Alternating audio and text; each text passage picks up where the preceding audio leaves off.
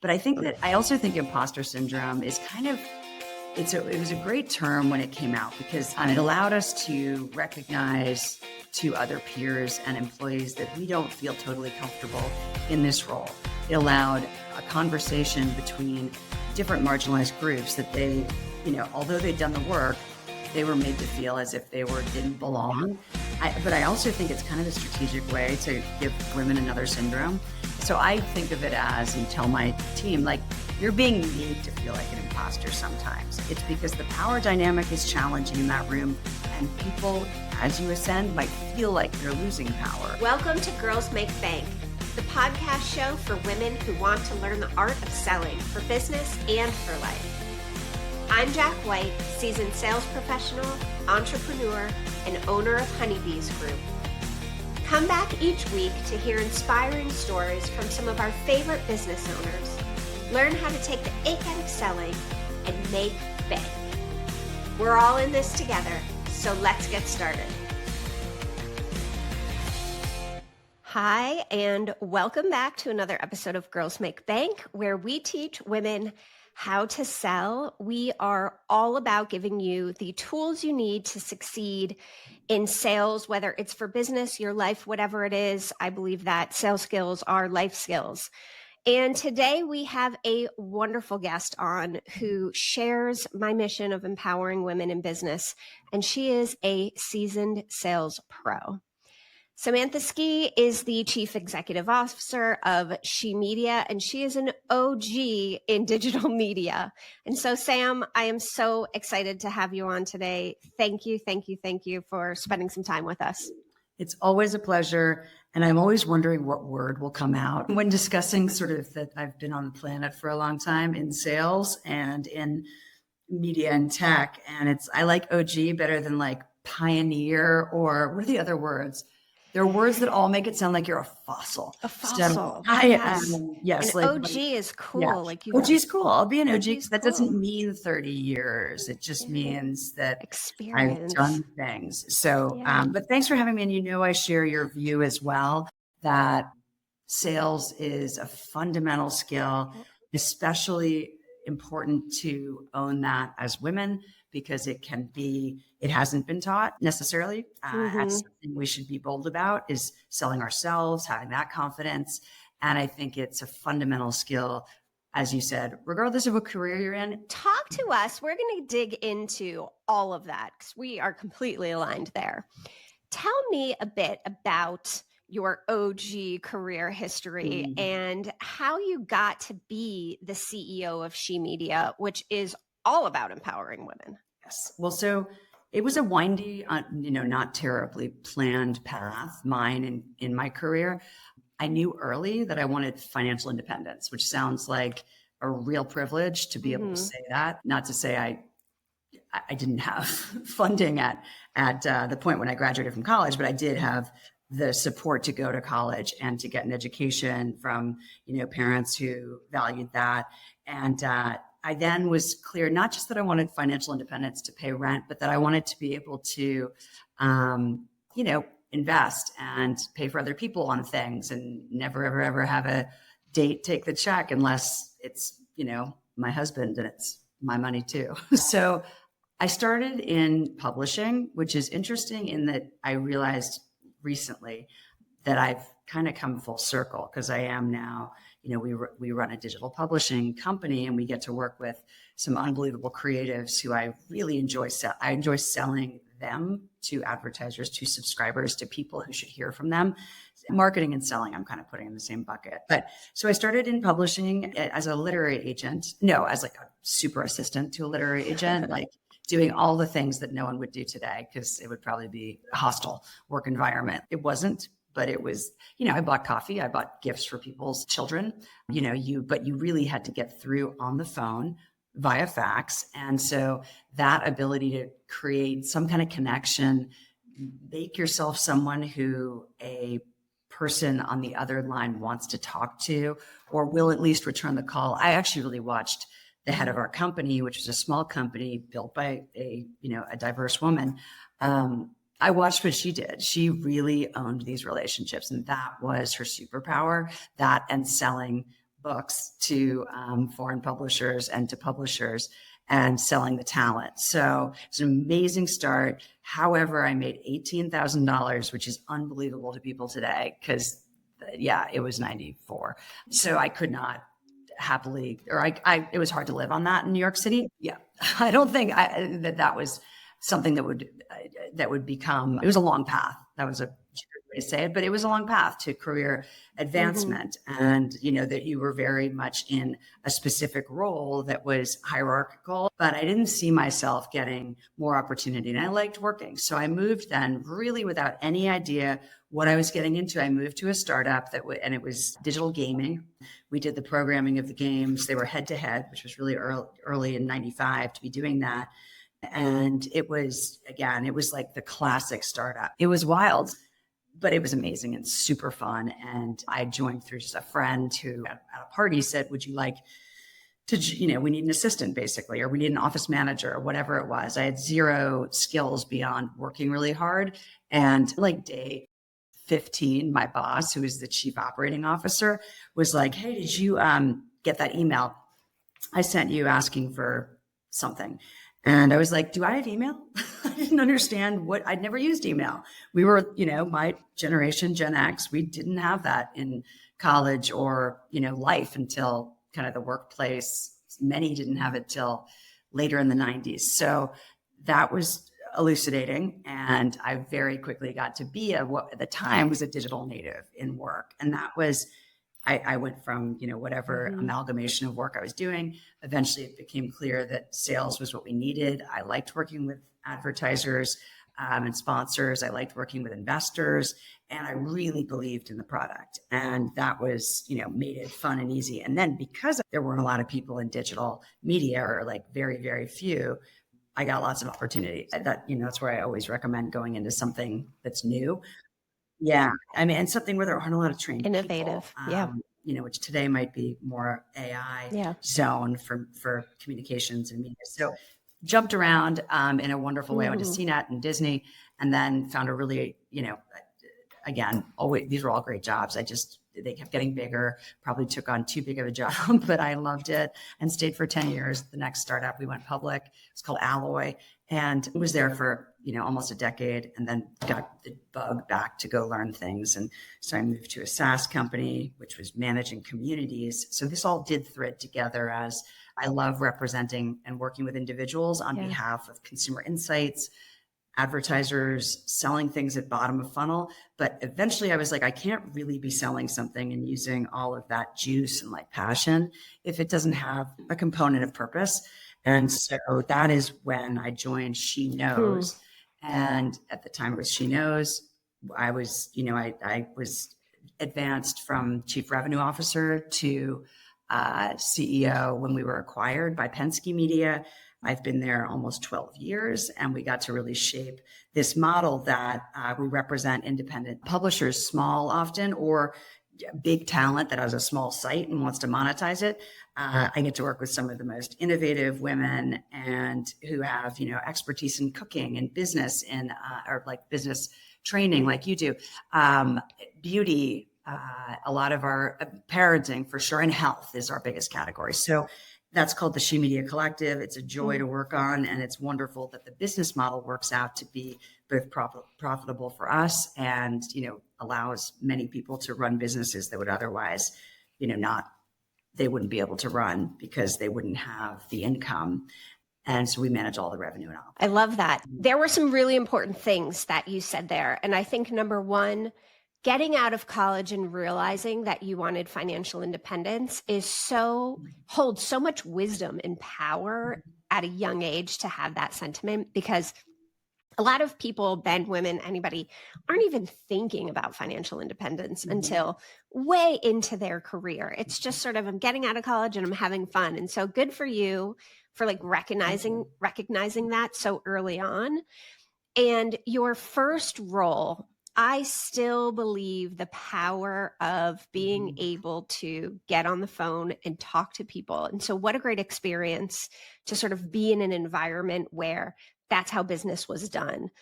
out of necessity then, right? Because we didn't have all of the new digital channels that we have now. But what a great learning ground, because even though you weren't in sales at that point, knowing how to communicate, understanding the value of your network, and being able to be in those rooms and see how those women really got that work done, I think probably helped you in lots of soft, intangible ways throughout your career. But it develops a muscle that Yeah. of sort of, you have to be a little shameless, or not shameless, but just not embarrassed, which I was. I was embarrassed. And so you're definitely Bold. faking it. You have to be And bold. it's hard to not get hung up on, but have someone be like, oh God, great. Here's another pitch essentially of a book, or just a pitch to have lunch with my boss, and you have to develop relationships itself. So yeah, it was a really important muscle to develop. And then once you have it, you kind of like, it just comes out. Yeah. It just grows, just gets stronger and stronger and stronger. And it becomes less uncomfortable and less Absolutely embarrassing the more you do it.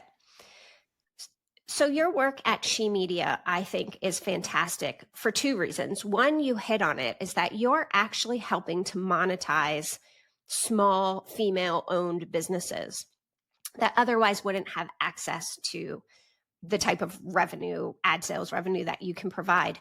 You're also providing really powerful content to your readers and community. How do you see your role driving, empowering women in that mission forward? Well, I think that it's a lot of my work is to motivate and identify passionate people who work for SHEMedia, and men and women, and ensure that they understand that we have a dual responsibility to profit and that we get to be purposeful. It's hard because sometimes those desires or motives are in conflict. There are certain former bloggers who are now, really more influencers and authors whom I adore and think that they should be super famous and widely read and listened to. So I have to ensure that everyone we work with understands both the profit and the purpose, because without the profit, we don't get to do the work that is sometimes about developing talent. So I obviously love working with creators, publishers, we're a publisher, but with the writers, designers, people who are kind of using their artistic and communication skills to advance a point of view. And that balance is critical. So you get to do the passion sometimes while you're simultaneously doing the math. Mm-hmm. Which is important. Without profit, you don't have a really business. Don't. So you need to really put that. It is a balance between profitability and doing the mission. And so it's important to do both. And that leads to tough decisions, and that leads to, sometimes hurt feelings, but that's okay. This is life. We talked before, and you mentioned, faking it, feeling embarrassed when you're pitching, sort of, these are feelings that a lot of people relate to. This is a commonality, right? Women feel imposter syndrome when we're often stepping into a lot of the rooms that we have to go into, asking for a raise, getting a promotion, doing a pitch. How can people build that inner confidence and trust their experience to really go into that room and take I think there is, and we've talked about this, a bit of, even if you don't feel it, there's always that duality of like, I deserve, if you are indeed a very hardworking, effective employee or manager, you often do deserve more. We know that the wage gap continues and is only worse or more significant for women of color. We know that exists. You probably are worth more than you're getting paid often. If you're a hard worker producer, I think looking at numbers can help. Like meaning what do I bring in, whether it's sales or it's audience or it's PR or any other kind of more tangible value, looking at that and just owning it on a piece of paper. You don't have to be the number one, but to recognize that you are ascending, delivering more and more value to the company usually means that you indeed deserve more opportunity, more compensation in some cases. And I think that it helps to look at your facts. I think that's really important. And then just lead with that instead of the kind of, I deserve more because ... And if you're not delivering more value to the company, then, that either think about a different career or recognize that you're going to plateau probably. And that's harsh. And I think it's important. I mean, I had to fake being harsh for a long time, women are called harsh, men are called tough. So I had to fake being tough before I really felt that way as well. But I also think imposter syndrome is kind of, it was a great term when it came out because it allowed us to, senior women, and it was, I'd say a strong percentage of people who reference the term are women. It allowed us to recognize to other peers and employees that we don't feel totally comfortable in this role. It allowed a conversation between different marginalized groups that they, although they'd done the work, they were made to feel as if they didn't belong. But I also think it's kind of a strategic way to give women another syndrome. And that is, so I think of it as, and tell my team, like, you're being made to feel like an imposter sometimes. It's because the power dynamic is challenging in that room and people, as you ascend, might feel like they're losing power, especially if they're,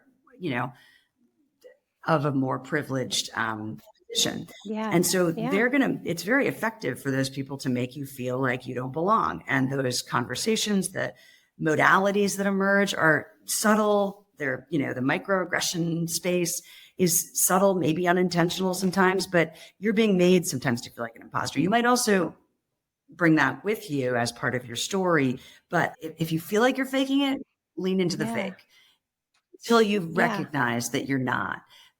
If you are faking it and you are getting the credit anyway, good on you. Men have done it forever. So I kind of think of it as a complicated role playing and recognition of your own value and recognition of the dynamics in the room that might be causing you to feel a way that is unfair, and recognizing the reason. Because then you're like, I get it. I get what you're doing. Okay. And then. Yeah. Just to hit on two things that you said that are really powerful is one, knowing your stuff. One of my old sales leaders, who's a very good friend of mine now, always said there are things you can control and things you can't control. So if you're walking into a room and you're asking for a promotion, you're asking for a raise, you're pitching something, be in command of everything you can control. So know your numbers, know your value, have that list of wins, understand your pitch, right? Those are the things that you can control. You can't control what the other person is going to say, right? Whether you're going to get the promotion, whether you'll get the raise, but you can walk into that room as prepared as possible. I love that point you made. And the second one, which sort of slipped under, but I think is really powerful, was the imposter syndrome, and even the language that is used, right? Women are harsh, men are tough. All of that conditions us to feel a certain way, act a certain way, sort of make ourselves smaller when, you said it perfectly. Like, if you feel like an imposter walking into that room, that might be deliberate. That might be the emotion someone wants you to have, but the reality is you deserve to be there. And so if you don't feel like you should be there, lean into that and just, fake it till you make it. That's what my mom always told us growing up when we were in a bad attitude. She was like, get in a good attitude. Well, I feel moody. And she's like, well, fake it till you make it. Smile. When they say, like, if you smile, the muscle's going to make you feel happy. I do think that's important because it doesn't, the sort of, that line of, if only I had the confidence of a mediocre white man that some people bang around. And again, I think as a privileged white woman, I probably cannot, or I certainly cannot experience how much worse that feeling could be than what I already experience. But that's kind of the other people are faking it and thinking they deserve it. I think if you are uncomfortable, you can get there. But if you have to get to the point of total confidence, which I probably will never get to in life, before you can ask for something, it's gonna be a tough haul. So, leaning into the numbers, the things you can control. I love that. Saying like, this is what I'm worth, but also this is a toughie, because we're, in addition to being called harsh instead of tough, bitch instead of boss, all these things. I think we also can be called defensive women quite a bit. And so, but sometimes I'm like, all right, if that's what you're going to think, I'm going to make sure I work around that until we can change these norms. And so I try really hard not to be defensive, although it can happen in a room where I'm like, how dare you? And that is an emotional response that is not really almost never productive. Like when they say, best defense is a good offense, not the reverse. And I love a good sports analogy. How important is mentorship for women in the workforce and women in sales? And tacking on to that, what's the responsibility of, senior women in power to mentor and help lift up? And then what's the best way for someone early in their career to identify and approach a potential mentor? I've been asked this a lot, and I've come to a place where I feel confident in my answer. I wasn't at first. I was like, of course it's our responsibility to bring up the girls, and you should just approach and kind of ask someone to be the mentor. I don't believe that. I don't believe it's necessarily our job to bring up people based on gender alone. I think it's competency and recognizing that there might be some issues that are specific to gender or race or sexuality or other aspects of identity. Any of the things, trying to be aware, as aware as possible, and recognize our biases as bosses. And then I think and giving extra time is not necessarily mentorship, but it's something I really try to do. The more I think somebody isn't speaking the insider language of my industry, which is still predominantly, the power is 100%. If you look at who owns the media platforms, the socials and the searches, is in the hands of men. Spending more time to ensure that you do understand somebody. If they don't have, again, the insider, background where you get the same references. So what I do is spend more time. Mentorship, I think, evolves pretty naturally. You can be calculated about finding a mentor. Absolutely. You can say, I want to learn from that person. When someone says that to me, I'm flattered, but it doesn't I'm not going to start carving out, an hour a week. Hours and hours. Because it's just not doable. Yeah. It used to be I was really super honored when I was younger and someone asked if I could mentor them, and especially if I saw great talent there. Now I've seen really genius people who infiltrate and get me to mentor them because they're delivering great value, but also because they are mentoring me in a lot of ways, whether they're younger or less experienced or whatever. They're teaching me stuff, and they might not really know it, but I often tell them that. I'm like, you are teaching me all sorts of things that are critical skills that I need because of our different, ages or backgrounds or whatever. So I think being of use to your mentor, the person you want to be mentored by, is the best approach. Showcasing that use. It's very strategic. It is another sales job. And just recognizing that most people you want desperately to learn from might not have a ton of time. And so the more you can make the time valuable for both of you, find common interests, things like that, the better, the more sustainable the relationship will be. Checking back and letting people know that some advice they gave you was really valuable. I have women who are way ahead in their careers, and men too. And they still check back to say, hey, I just got this. I mean, they've gone way beyond where I am, and they'll still check back and say hey, I just got this award, or I just got this promotion or this new job. The final thing I'd say is that men have got to be part of the equation. I think they don't feel it the same way. And you see when people in a room understand each other's experience more by virtue of identifying similarly, you can see that. And that gives you more probably empathy and access. But I think looking for male mentors is really important as well, because otherwise we do you got to go to the heart of the power structure sometimes. Yeah. Yeah. I think that's a super valid point. Women don't only have to mentor women, and other women don't always have to look for just a female mentor. And one thing you said that I think is really important, especially, and it kind of ties back to what you said earlier when you were one of the early people in digital media ad sales. And so you were learning, and maybe more people had more work experience than you, but nobody knew more about the topic than you. And in this day and age where innovation and things are happening so fast. There are perhaps, more junior employees that 100%. know certain things more than we do. And so kind of matching that two-way mentorship and two-way learning, I think can be a really powerful thing. And that value exchange, right? Everybody's pressed for time.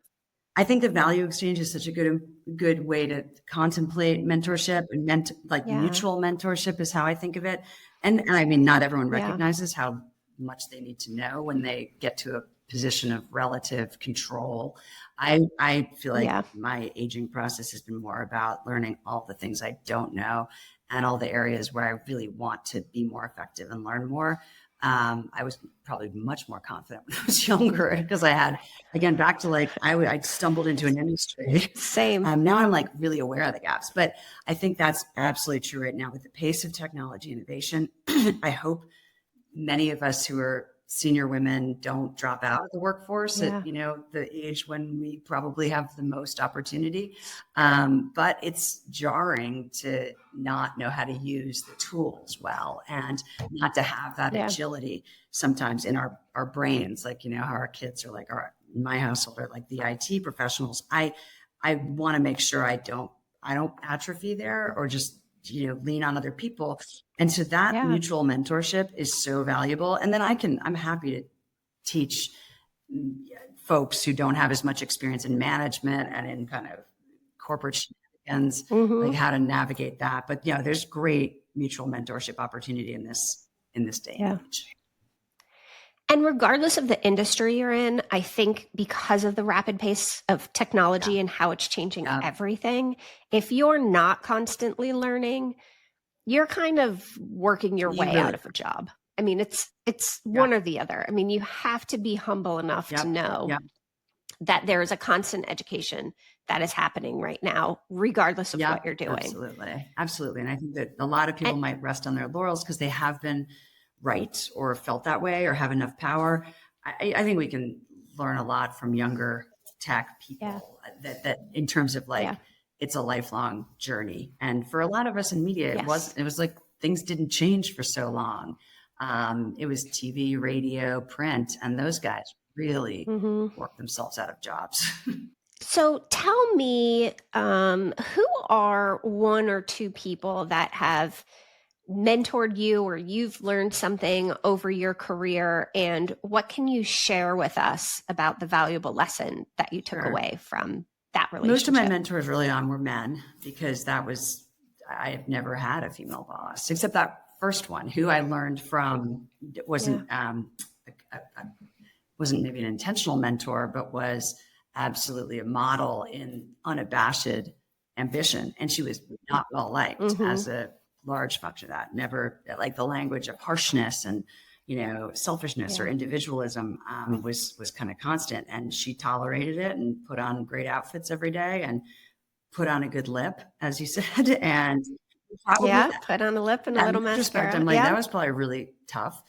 She's a mother also, and that doesn't mean it's too much, but it does mean you have different modalities that have to coexist. So I would say my first boss was certainly an unintended mentor. I learned a lot from the entrepreneurs I worked for who were, there's a nice sort of lineup of 5 guys who I worked for who really did maintain curiosity, were dogged workers. Everyone worked really hard. I don't always know if that was a good lesson or a little too much, but people just really made in the 90s and early aughts, your job, if you were working in any way in the internet business, was around the clock, and we loved it. And it's funny to work out that kind of lack of quote balance with younger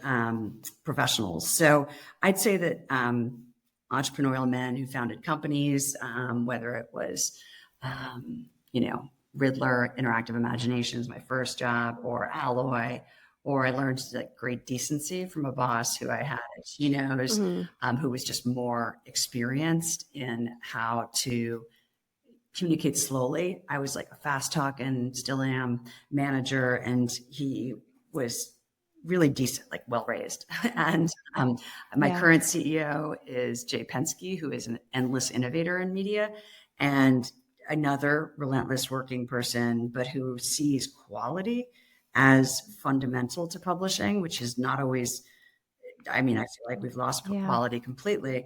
And so sticking to the thing that's not popular, that is, meaning like scale and content, whatever someone is thinking in the moment is content, whether it's true or not, or sourced. I love watching how Penske Media focuses on Variety, Rolling Stone, all the SHEMedia properties. We have Billboard, we have South by Southwest, we have Women's Wear Daily. These are classic brands that taught the, various industries how to contemplate success, and they're still really strong. So that's probably my most recent mentorship. Yeah. And what do you think is the single most important skill someone should master if they want to be a great seller? Give me two if you can, if there's a tie. Okay, you have to enjoy it. You have to care deeply about the close. If you don't care about closing, you'll probably, I don't know, it's hard to sell something if you don't see it as a win. And hopefully I can't see it as a win unless what I'm selling is something I believe in, whether it's an idea or something else. But so celebrating, relishing, owning the win is one thing I think is fundamental. I think in this day and age, really knowing your data, which I'd said earlier, but there's not a lot of like selling things on just vision nowadays. There's really understanding and when I say economic model, my son is excellent at selling me an economic model, how it is going to be better for me because I won't have to drive him here to here, which means I can do more work. If I get him an electric bike, it will be like he is showing me benefits to me. He's leading with what I will get out of it. So I think understanding and coming at it from the value proposition to the other person instead of with I'm a star and I can sell something, like I'm going to sell you this product. Conviction and value. Yeah, I love those. I agree with that. I think the conviction in what you're selling, that's a great one. The enjoyment that you get from closing, and then being able to convey the value. I love that example with your son and the electric he is bike. so funny, and he's thought it through, man. He has thought it through. It sounds. And he wins often. Later, I'm like, what just happened? But it's so I think leading with the value to the other person, recognizing that instead of just there are salespeople who just stand and deliver, which was the thing we used to test people on. Yeah. We would tape them like ourselves, like with old freaking video material recorders, exactly, like old ass apparatus. And we did this at CNET, and it was like, how cogent are you? How much do you touch your hair too much? I found like the opposite works for me. Actually, my boss at that point, who was still an absolute mentor, actually, that's one of the most important bosses I had, was my boss at CNET. But was like, all right, you move your hands constantly, you don't finish sentences, but somehow it works fine. Fine. But I think your own style is important. So that you do stand out, and the stand and deliver is just not a sell anymore. Yeah, it's true. It's true that it's changed. Presenting is not selling really anymore. And it used to be for a long time. Now it's a TED Talk, and it's like, it's an acting job. It's almost like stand up. So that is a fun topic to think about. Yeah. What is next for you and SHEMedia? What should we be looking out for? We're really leaning into health. So I am actually like a little on the defense, recognizing it's not the modality I like to be in. But in that publishing is being, is the economic model is pretty busted for publishers, because you can get a lot of people have come to rely on social platforms for their content. Social platforms no longer, in most cases, pay publishers or even drive traffic to publishers who are providing that information. AI will probably do the same thing. And I'm not going to, I think resisting that and being angry about like defunding of journalism sounds very old and cranky. So instead, I'm thinking of what is going to make the most, like, where do we need publishing and editorial in this emerging sort of land of content consumption and information exchange. I think health is an area where I wouldn't mess around with too much with unvetted information. I would work For with sure. AI for access and equity. And there's a lot more information availability, and it's going to be better than Google. And Google is better AI enhanced; it will be better. But I am leaning into women's health. We launched a brand that you've seen probably called Flow Space. It's about, it's a mutual interest for me. It's really focused on health for women over 40 who have never been able to take space, sandwich generations, caring for elders and youngers, and often at the height of their career when they're hit with menopause or perimenopause. And it's a really tricky time. I don't know what adjective to use. It's a shitty time for a lot of women.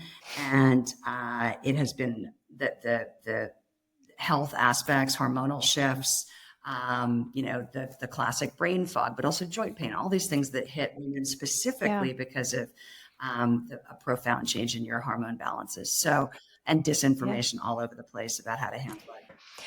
Tell me how we can find you and SHEMedia. Okay, so SHEMedia is really SHEMedia.com, but also I'm really an avid LinkedIn user lately. It's like my social platform. I don't find it depressing. I find it productive. They actually vet the content. Thank you, LinkedIn. And they should sponsor your podcast totally. So there's accountability there to some degree. And I just find the people who reach out there and write, there's a lot of trash that I immediately delete where it's like, hey, LinkedIn suggested we be friends. I was like, I've got plenty of great friends, but there are others where it's like, it's a sell. LinkedIn is a great sales platform. Yeah. And there are some women in particular, women almost always, who have reached out to me and made me really want to get back to them. They're often surprised because it's like a writer who hasn't necessarily gotten a lot of attention, but I'm like, that was a dope pitch that you just gave me. And I want to invest some time in you.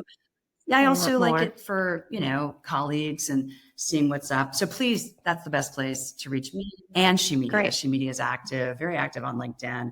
Flow Space, which is our newest brand, is active on LinkedIn, meaning like when people reach out to collaborate, we actually respond. So that's the best place. Great. Sam, thank you so much for spending time with us.